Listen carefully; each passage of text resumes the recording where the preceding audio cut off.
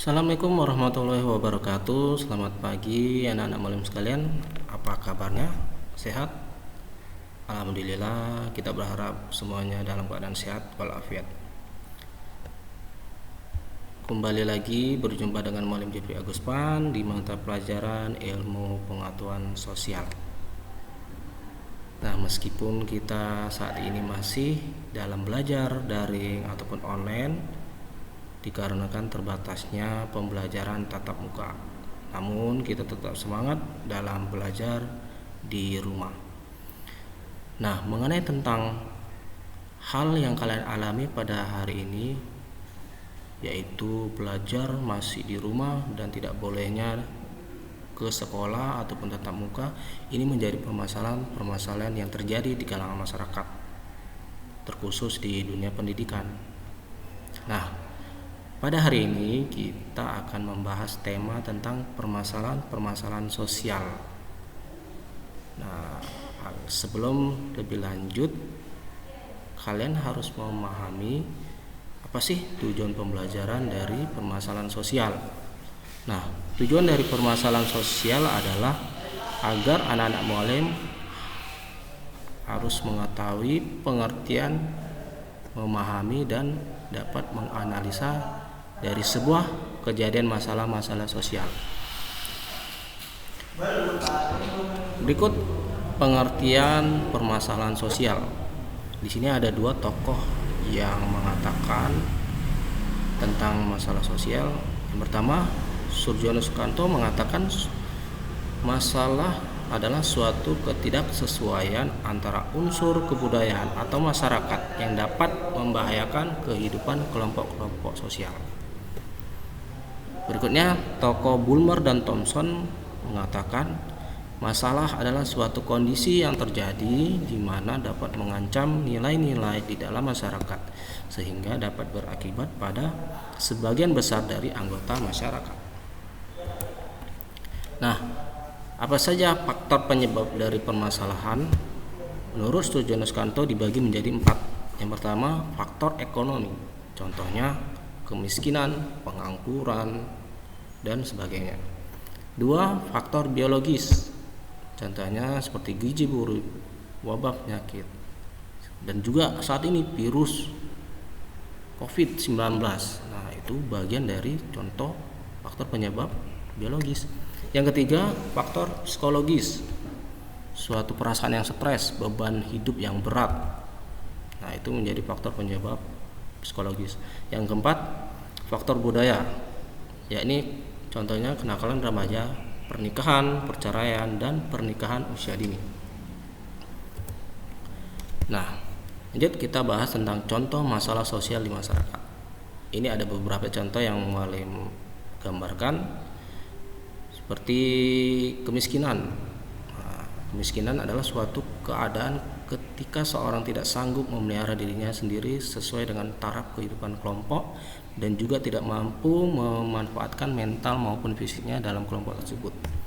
Nah, bisa kita lihat gambar di layar, adanya suatu pemukiman kumuh di pinggiran kali atau pinggiran sungai yang sangat padat penduduknya dengan keadaan rumah atau tempat tinggal yang tidak layak.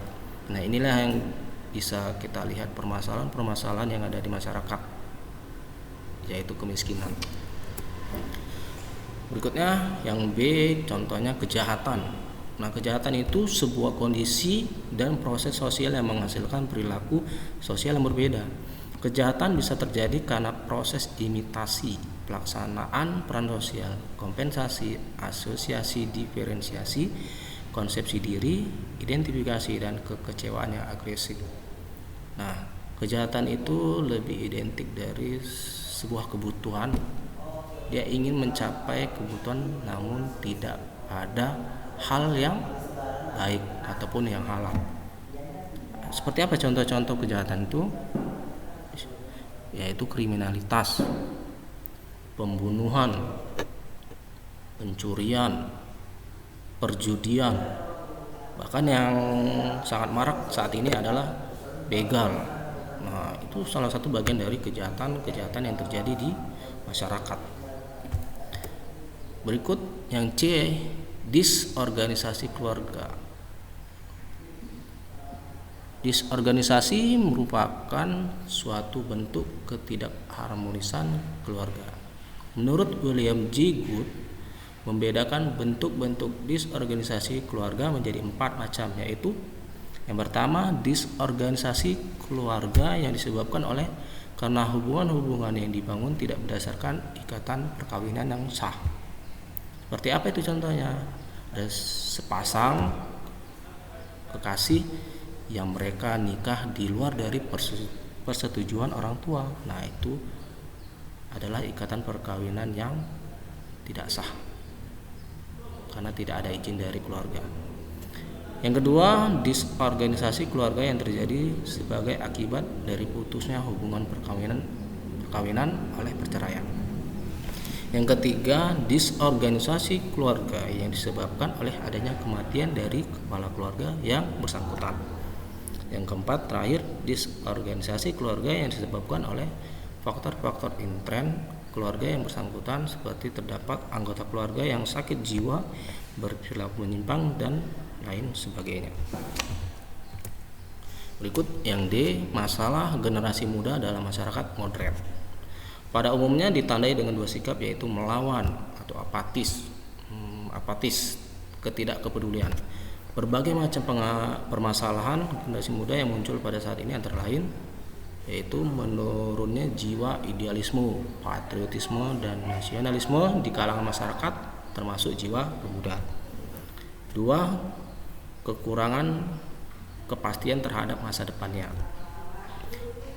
Berikutnya, ketidakseimbangan antara jumlah generasi muda dengan fasilitas pendidikan yang tersedia. Berikutnya, kekurangan lapangan dan kesempatan kerja. Dan terakhir, kurang pengalaman dalam merelevansikan pendapat, sikap, dan tindakannya dengan kenyataan yang ada. Berikutnya yang E, peperangan. Peperangan adalah sebuah bentuk pertentangan antara kelompok atau masyarakat, termasuk negara, yang pada umumnya diakhiri dengan suatu akomodasi. Peperangan yang berkepanjangan berdampak di semua aspek kehidupan. Nah, bisa kita lihat dari gambar suatu ledakan bom. Nah, di saat ini terjadi peperangan dingin antara negara Israel dengan Palestina, Suriah, negara Irak. Nah, itu contoh-contoh peperangan. Motifnya apa? Macam-macam. Berikutnya yang F, pelanggaran terhadap norma-norma masyarakat. Norma itu bisa diibaratkan peraturan.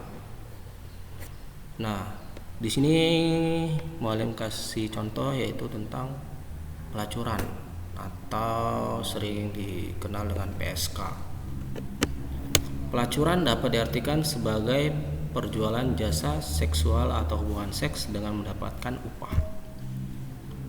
Faktor-faktor pendorong timbulnya pelacuran: pertama, situasi ekonomi yang sulit. 2, keinginan untuk menyalurkan kebutuhan seks. Yang ketiga, merosotnya norma-norma susila dan keagamaan. Yang keempat, kurang adanya konsensus kepada masyarakat. Yang F, pelanggaran terhadap norma-norma masyarakat. Delinkuensi anak-anak. Nah, apa itu? Biasa disebut dengan kenakalan remaja yang umumnya berupa perilaku dan tindakan yang tidak disukai masyarakat. Dari contoh di gambar yaitu suatu anak remaja yang balap liar. Itu salah satu delinkuensi anak-anak. Faktor penyebab delinkuensi anak ini ada 2. Yang pertama, faktor eksternal, yakni pola asuh orang tua, lingkungan rumah, lingkungan sekolah, dan sosial. Faktor yang kedua yaitu faktor internal, yakni gangguan psikiatris, ketidakmampuan menyalurkan perbuatan yang bermanfaat. Berikutnya, pelanggaran terhadap norma masyarakat seperti alkoholisme. Nah, alkoholisme ya ini perilaku